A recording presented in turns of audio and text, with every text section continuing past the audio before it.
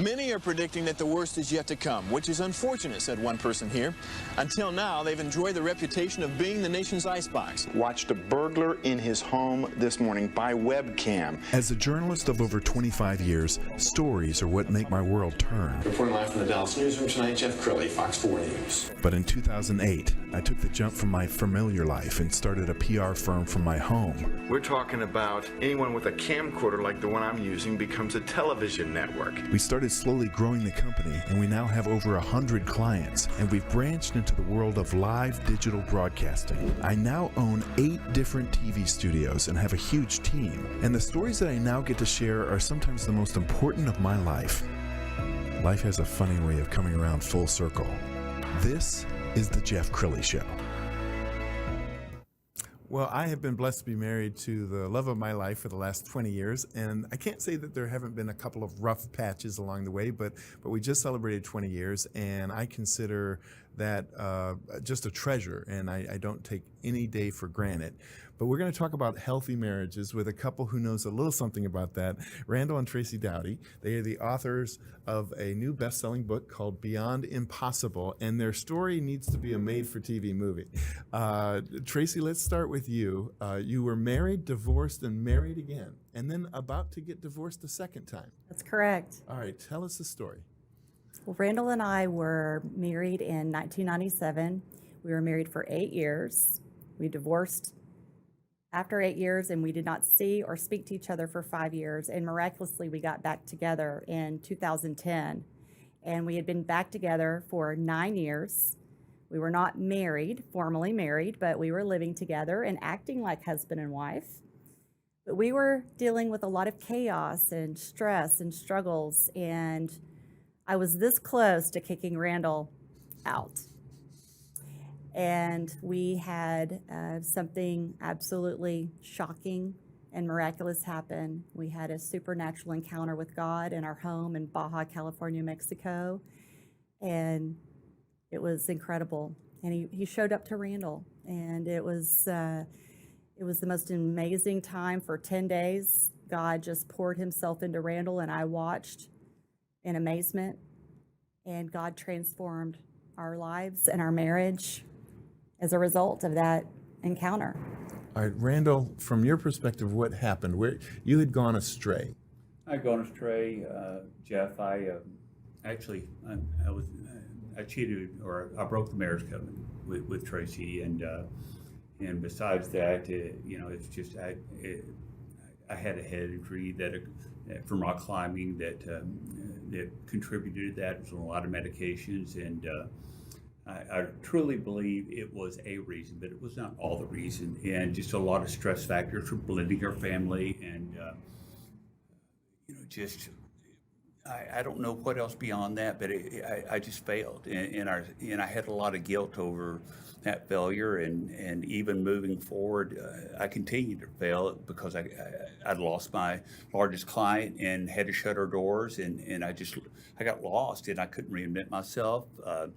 I struggled to even find a job, and I couldn't start a new company, and so I just started spiraling again, and I started smoking marijuana again, and then it became our conflicts ensued for years, and it was more of the same, and it didn't get any better. Okay, so Tracy, describe the God encounter that changed your life.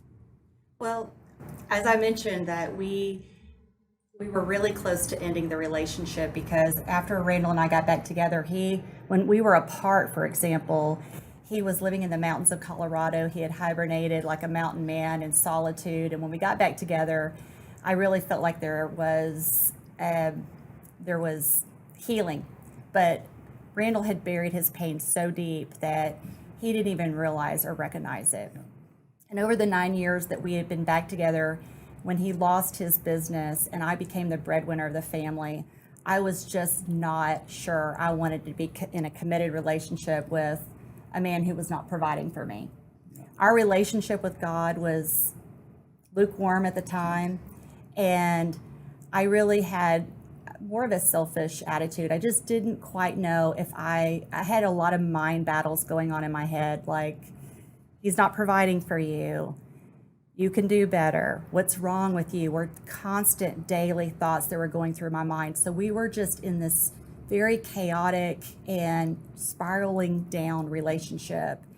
And I was really at the point of kicking him out because he was smoking marijuana to cover and medicate his pain and shame, and feeling emasculated because I was providing for us.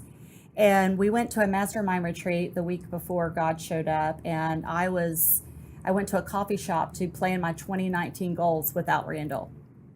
And when I got there, I opened my journal, and instead of writing out my 2019 goals, the Lord reminded me, Randal is my child.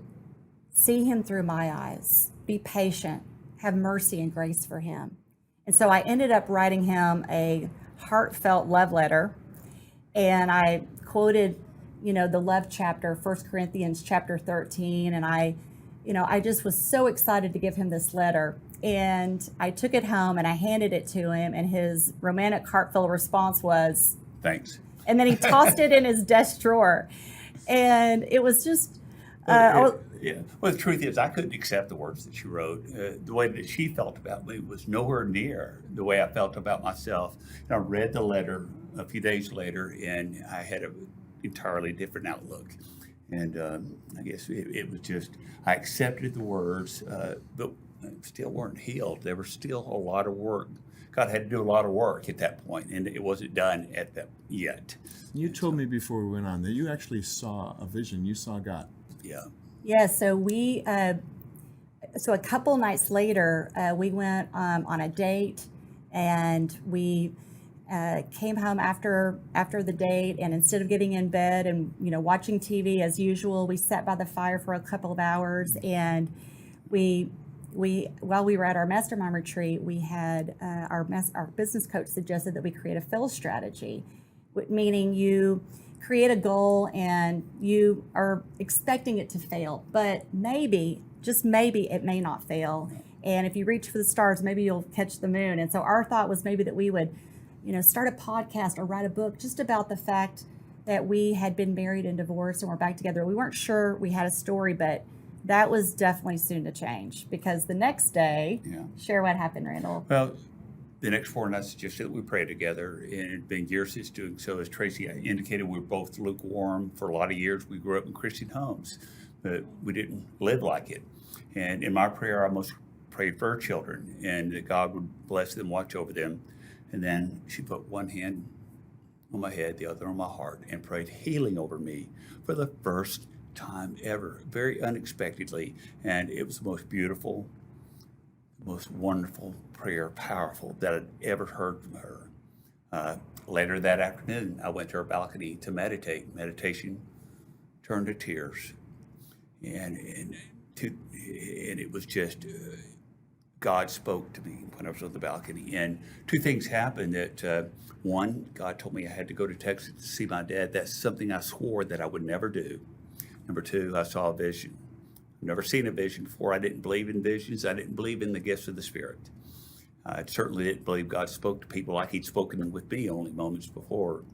And over the course of the next 10 days, God began speaking to me in ways more real than I can possibly describe. I felt his presence in ways more real than I can possibly describe. The Lord Jesus is beyond any words that we can describe. His love is boundless. Everything was alive and without bounds. Everything emitted completeness and perfection. It was truth, absolute truth, and his truth was probably the loudest thing of the whole encounter, because it was loud and in my face, and the authority that went with the truth was quiet. It was unassuming, but it was absolute. It was an absolute authority of the ages was in that room. But the love, I want to kind of get back to that as Jesus was pouring his love into me, the intensity was beyond anything I could possibly describe. And she was sitting back, she was watching in amazement as all this was happening. And all I could say was no words. No words. There are no words in the English language that could possibly describe the love of our Father. and he loves us without end. And he was showing who he is, really showing who he really is, and moreover showing who I am to him. And I was lost. I was beyond redemption. I think a lot of us think that felt like me, that we've gone too far, or that we're too broken for God to fix. I know that's how I felt. And God changed all that. Well, you give me goosebumps because I can see your eyes misting up. We found a beautiful video on your website. Let's go ahead and roll that now.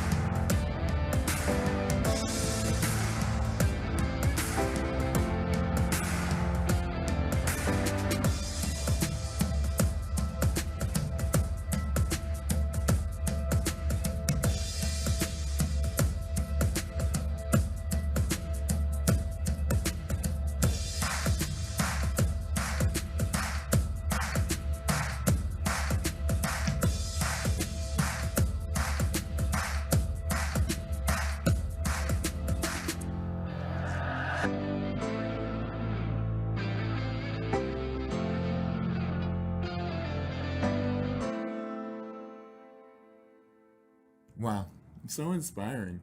So I want to know some hints for people right now who are struggling in their marriage. I know the pandemic was rough on marriages. If it was already a toxic household, being locked down together was not going to be good for most marriages. If somebody's out there watching this and they're struggling in their marriage, what's some advice, Tracy?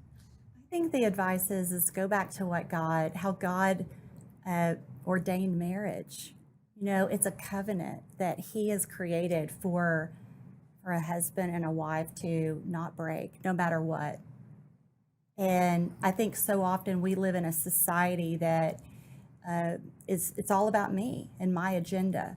And we often say, well, there's something better on the other side. The grass is greener on the other side. I've had too much. I can't take this anymore. And what I have learned over this journey of being married and divorced with Randal and being back with Randal and now God being in the center of our marriage is that when we are obedient to what the Lord wants in our relationship, even when it's tough, we stick to it and God will bless it. God will bless it. But I think often our culture has sucked us in, even as Christians, to seek things that he never meant for us to seek. And so our views and our perceptions get distorted about what we should be focusing on. And so if we can come together and not allow the enemy to deceive and kill, steal, and destroy our marriages, yes, but to fight the battle, because we realized that we were in a battle. When God has something really special in store for the family and for these marriages, the enemy will attack. And I think it's important that we not allow that we realize that that's where it's coming from. And we focus on sticking in there, even through the tough times, because God truly will. Sure. He'll be there to carry you through it. Randal, let's talk a little bit about just substance abuse and different things that people are escaping into. And it's hard to let God in if you're escaping into drugs or pornography or anything that, the vices that are out there. They're absolutely out there, and I can speak to that very well because, it's one thing when you're completely sold out to God. We weren't.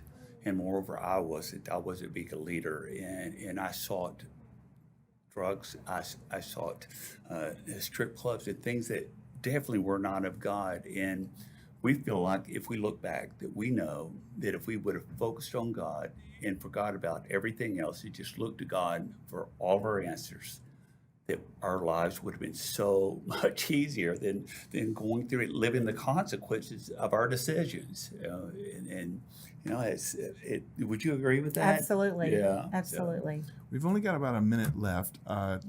Give me something out of the book that we haven't talked about. I mean, is this book for everyone? Is it for a person struggling in their marriage? Is it for a newlywed? Who's the book for?